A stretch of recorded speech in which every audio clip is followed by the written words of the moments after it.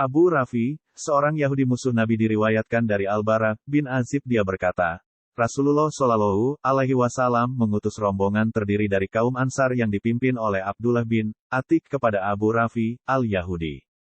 Abu Rafi adalah seorang yang senantiasa menyakiti Rasulullah Shallallahu Alaihi Wasallam dan menyusahkan beliau. Ia tinggal di sebuah benteng di Hijaz.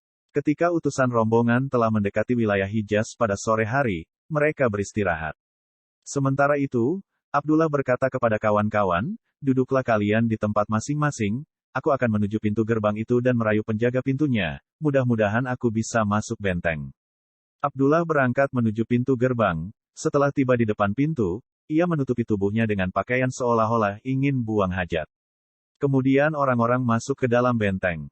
Penjaga pintu berkata, ditujukan kepada Abdullah bin Atik, hai, kalau kamu ingin masuk cepat masuk, sebentar lagi aku ingin menutup pintu gerbang ini. Kemudian aku pun masuk. Ketika semua orang telah masuk benteng, penjaga pintu itu menutup pintu gerbang dengan memberi palang. Sebentar kemudian aku menuju pintu gerbang lain dan aku ambil palangnya, lalu pintu itu aku buka. Aku dapati Abu Rafi sedang begadang dengan kawan-kawan di atas loteng. Ketika kawan-kawan Abu Rafi meninggalkan tempat itu, aku naik ke atas loteng. Setiap kali aku melewati sebuah pintu lalu aku kunci dari dalam. Jika nanti ada orang yang melihat aku, harus aku habisi nyawanya. Sekarang aku sudah sampai ke atas loteng. Ternyata Abu Rafi berada di sebuah ruangan yang gelap di tengah-tengah keluarganya. Aku tidak tahu di mana posisi Abu Rafi, maka aku memanggil, wahai Abu Rafi, Abu Rafi, menjawab, siapa kamu? Aku menuju arah suara itu, lalu aku memukulnya dengan pedangku.